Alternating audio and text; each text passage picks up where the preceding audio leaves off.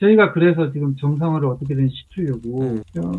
예를 들어서 천주교나 이런 종교인들이 이 문제에 대해서 드디어 인식을 하게 된 네. 거예요. 그냥 얼핏 들으면 장애인을 보호하고 이렇게 하기 위해서 좋은 제도라고 생각하고 뛰어들었는데, 최근 5년간 장애인들의 발달 장애인, 특히 자폐성 장애인들의 평균 수명을 보면 기절할 정도일 겁니다. 저희 자폐성 장애인들 평균 수명이요, 19살까지 떨어졌습니다.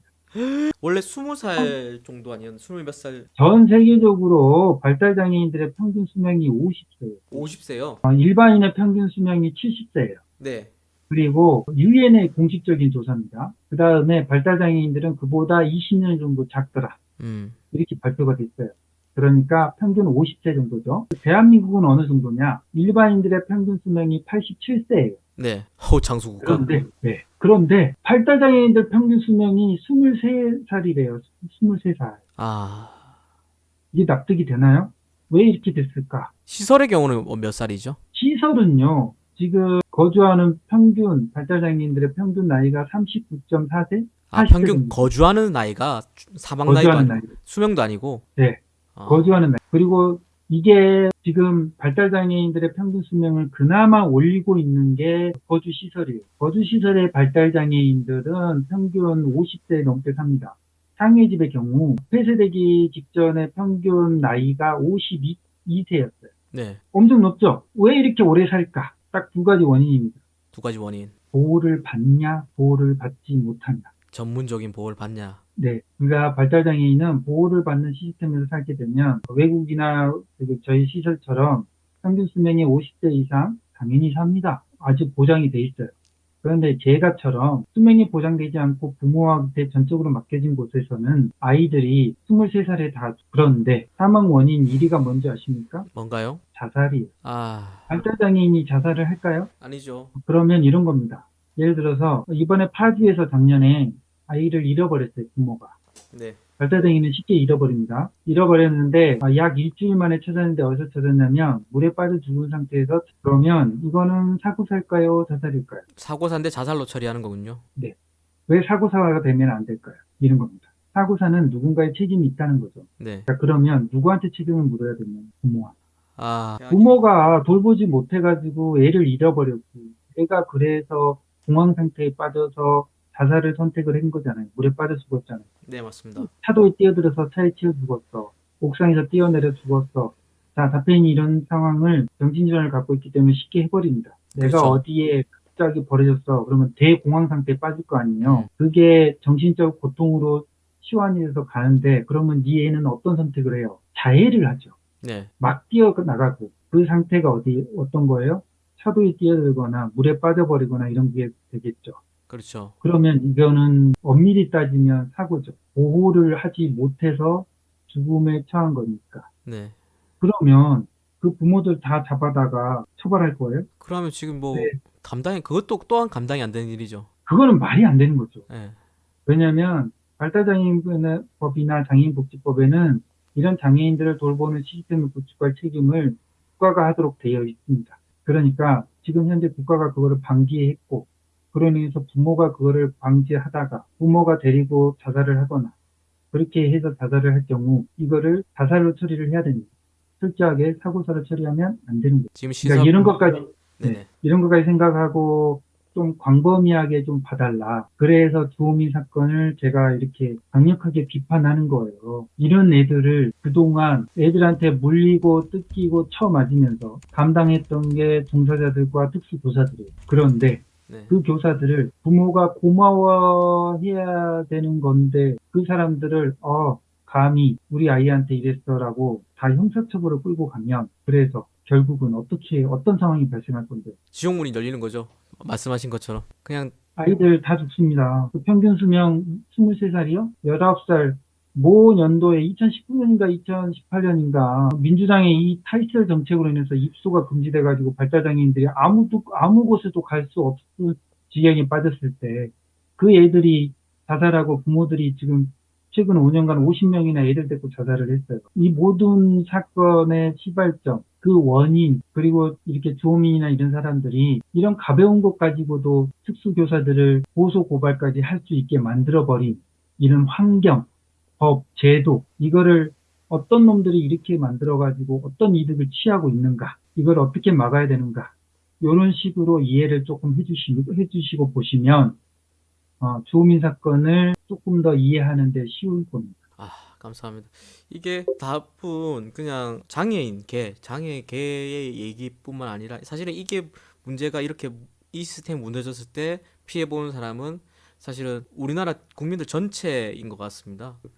이런 장애인들이 저렴한 그리고 효율적으로 관리되지 못하면은 사실은 우리가 막대는 세금을 쏟아 부었는데도 관리가 안 될 뿐더러 그분들이 네, 관리 안 된 상태에서 사실은 그 경제 활동을 해야 될 가족들이 다 그냥 작살이 나는 거거든요. 제가 보기에는 조금 약간 표현이 거친데 가족들이 다 작살이 나면서 그냥 아예 경제 활동 못 하게 되고 그러면 사실은 이건 전체적으로 다 그냥 피해가 돼버리는 거지 않습니까? 근데 이런 길을 지금 저쪽은 열고 있고 주현민 씨는 본인의 선택 그리고 본인의 행동 그리고 본인 그런 것들이 다 이런 거를 가속화시키는 선택을 했다. 그렇죠. 그리고 또 하나 추가할 게, 이 모든 돈, 아마 국민 대다수가 모르나 봐요. 4조 막 이런 얘기 하잖아요. 네, 그때 그거까지 하면, 지금 현재도 20조인가? 10조에서 20조 정도 이미 사용 중이라고 합니다. 네. 이거 다 어디서 나오는지 아세요? 어디서 나오나요? 연금이. 아, 연금이요? 국민연금? 연금이요. 연금에서 다 나옵니다. 연금. 다 연금으로 운영되고 있습니다. 뭐, 이것 때문에 돈 따로 내는 거 있으세요? 아니요.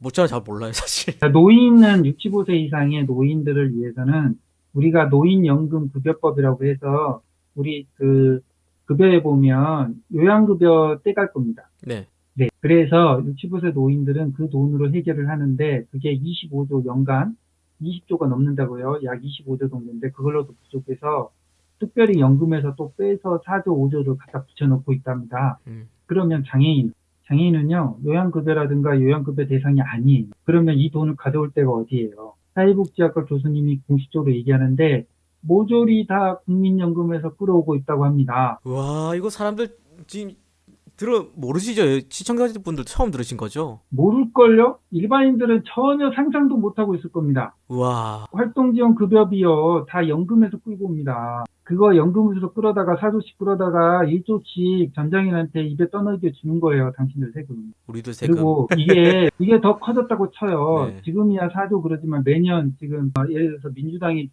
저기 집권한 후에 처음에는 이게 겨우 몇 천억이었어요. 그렇죠. 몇 년 사이에 지금 조 단위로 뛰고 있는데요. 그래서 지금 4, 5년 사이에 4조, 5조까지 뛰고 있는 겁니다. 자, 이거 어디서 다 끌어다 쓰냐고요. 따로 돈 내지도 않는데 다 연금에서 끌어다 씁니다. 당신들 이제 앞으로 어떤 상황이냐? 국민들은 어떤 상황이냐? 어마어마한 연금을 내지 않으면 노인 요양하고요. 장애인들의 사용하는 보조금 감당이 안 됩니다. 정말 심각한 거는요. 근데 작년에 아이들 남녀 다 합해서 15만 명 20만 명 간신히 태어났다든가 이래요. 네. 그러면 그 애들이 나중에 다 돈을 내 가지고 이걸 감당을 해야 되는데 감당이 돼요? 늘려놓기만 하면 이게 줄어들지는 않죠. 그렇죠. 그러면 이거 어떻게 할 건데?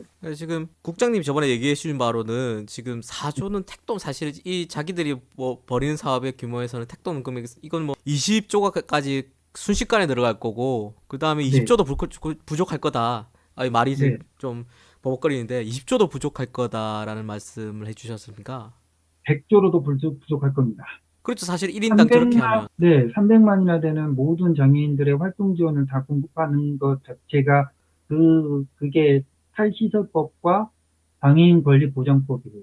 네. 그리고 지금 전초전으로 사용하는 지금 겨우 2,000명 탈시설을 해가지고 벌인 사업이 지금 4조예요. 2,000명 아 발달장애인들한테 공급해가지고 하는 사업이 우후죽순으로 생겨가지고 전국에 무슨 저기 활동지원사만 벌써 10만 명이 넘습니다. 이런 사람들한테 공급하는 이런 돈이 이 정도가 돼요. 장애인들한테 단 한 푼도 들어오지 않습니다. 이 사업자하고 활동지원사들한테만 지급되는 돈이. 서비스 사업 네. 그리고 서비스 그러면 사업이니까 이거에 대한 책임은 없다. 우린 서비스를 제공하는 것뿐이다. 이론적으로는 좋죠. 네. 장애인 한 명한테 24시간 활동지원사 붙여줘가지고 인간적으로 살게 해주고 집도 주고 차도 주고 모델이 다 주고 먹을 거 주고 다 주고 얼마나 좋아요. 유토피아죠. 유토피아. 천국이죠. 자, 근데 문제는 그거에 대한 돈의 공급은 누가 해야 됩니까? 우리가 다 비장애인. 우리가 다 해야 되는 거죠. 일반인이 해야 되는 거죠. 네. 그래서 제가 그런 얘기를 하는 거예요. 나조차도 장애인을 키우고 있고 장애인 사업에 종사하고 있지만 제가 이 싸움을 전쟁한 거 벌이면서 가장 위험하다고 생각했던 거, 이러면요, 일본처럼 독일처럼 결국은 장애인들이 다 죽게 되거든요. 일반인들이 선택할 수 있는 거는 뭐가 있겠어요? 그죠? 극단적인 방법으로 갈 수밖에 없잖아요. 그렇죠. 왜? 나는 정상인으로 태어나서 고시원에서 한 평도 안 되는 방에서 두글둥설둥 피뚱살게 돈 벌어가지고 200만 원 벌어갖고 100만 원을 이렇게 내가지고 이런 애들을 살려야 돼 라고 생각하면 일본에서 그 유명한 사건이 났죠. 그래서 그 종사자로 근무했던 사람이 칼 들고 요양원에 들어가서 집단적으로 사건을 벌였죠. 이렇게 될까봐 걱정을 하는 겁니다. 그리고 적당한 타협을 하고 우리도 희생할 것을 충분히 희생할 생각을 하고 각오를 해야 되고 그다음에 우리가 감수할 것을 충분히 감수하는 게 옳다. 그거를 마치 권리가 되고 특권이 돼서 비장애인 일반인들한테 착취하는 형태가 될 경우 그 끝은 비참해지겠죠. 다 죽는 거죠. 말씀하신 대로. 다 죽는 거죠. 그래서 제가 지금 그런 사람들과 싸우고 있어요. 그렇게 주장하는 일부 장애인 부모들, 이런 전장현, 이런 특수단체들한테 그거는 결코 특권이 아니며 우리가 감수해야 될 어느 정도의 충분히 감수해야 되며 우리도 당연히 그거를 떠안아야 된다. 여러분, 저희 국장님이 박대성 국장님 정말 큰일 하고 계신 겁니다. 많은 응원 부탁드리겠습니다. 정말. 근데 이런 생각을 갖고 있고 어떤 특수한 목적으로 한다는 것 자체가 나쁜 거지. 저도 부모님들이나 이런 거에 대해서는 어느 정도는 납득을 합니다. 당사자시니까요, 사실은. 당사자기도 하고, 종사자기도 하고, 네. 다 납득을 해요. 네. 하지만 좀 합의를 하자. 저 같은 경우는 그래서 지금 해고도 2번이나 당했잖아요. 그렇죠. 저를 해고한 게 부모 연대 여기 전장현이에요. 그러다 보니 저 같은 경우는 이 사람들이 너무 극단적으로 치닫고 있구나. 그래서 저희가 현재 성공한 거는 한 가지가 있죠. 국힘당의 가장 큰 도움을 받아서 지금 민주당이 이거를 하겠다고 통과하려고 했던 장애인 권리 보장법, 탈시설법, 그다음에 장애인복지법 전부 개정안을 그래서 여야에 2년 동안 싸워서 중지를 시켰죠. 그리고 이제는 정치 제도로 나서서 지금 주호민 같이 저렇게 서로 저거를 형사사건으로 가져가지 못하도록 막으려고 제도적으로 지금 보완하려고 노력하고 있습니다. 네, 지금 저희 유재일 대표님이 말씀하신 것처럼 지금 여기 장애계도 그렇고 그다음에 의료, 뭐 교육, 뭐 방송, 뭐 네. 어느 분야든 지금 다 각계격파를 당하고 있는 것 같습니다. 그래서 지금 유대일 대표는 이거 다 모아야 된다. 다 모아서 같이 대응하지 않는 이상 이거는 뭐 그냥 우리는 판판이 당할 수밖에 없다. 약간 이런 상황인 것 같습니다. 그래서 오늘 지금 주호민 사건에 대해서 정말 딥한 내용을 정말 국장님께서 정말 시청자 여러분께 잘 전해 주신 것 같습니다. 국장님 정말 감사합니다. 조금 도움이 됐으면 합니다. 네. 그리고 마지막으로 주호민 씨나 이쪽에서 큰 오해를 안 했으면 좋겠어요. 그리고 주호민 씨나 이런 사람들이 조금 더 넓게 생각을 해가지고 너도 살고 나도 살고 함께 사는 세상을 만들기 위해서 좀 노력을 했으면 합니다. 그렇죠. 지금 이건 제 개인적인 사견이지만 주호민 씨가 알고 그랬으면 뭐 그런 거겠지만 정말 모르고 그랬다면 정말 이건 큰 죄악을 짓는 거니까 정말 큰 죄악을 짓는 거니까 그만둬야 된다. 그리고 깨달아야 된다. 본인도 당사자 아니냐. 충분히 혼냈잖아요. 네. 그렇죠. 충분히 혼냈으니까 그 선생님도 이렇게까지 나가면 정말 자살까지 생각을 하실걸요. 그렇죠. 그리고 수많은 특수교사님들이 그런 비슷한 선택할 수밖에 없을 거고. 네. 그래서 이제 뭐 이만 주호민 씨가 이번에 자기가 유죄 받아냈다고 방송이 나와서 또 떠들더라고요. 네. 그게 너무 솔직히 얘기해드리면 안쓰러워요. 그렇죠. 좀 멈춰야 되는데 결국 그렇게 됐을 경우 어느 누가 주호민 편에 설 수 있겠느냐. 좀 안타깝습니다. 지옥물 본인이 연 거다. 알겠습니다. 그걸 자기는 모르겠죠. 아휴,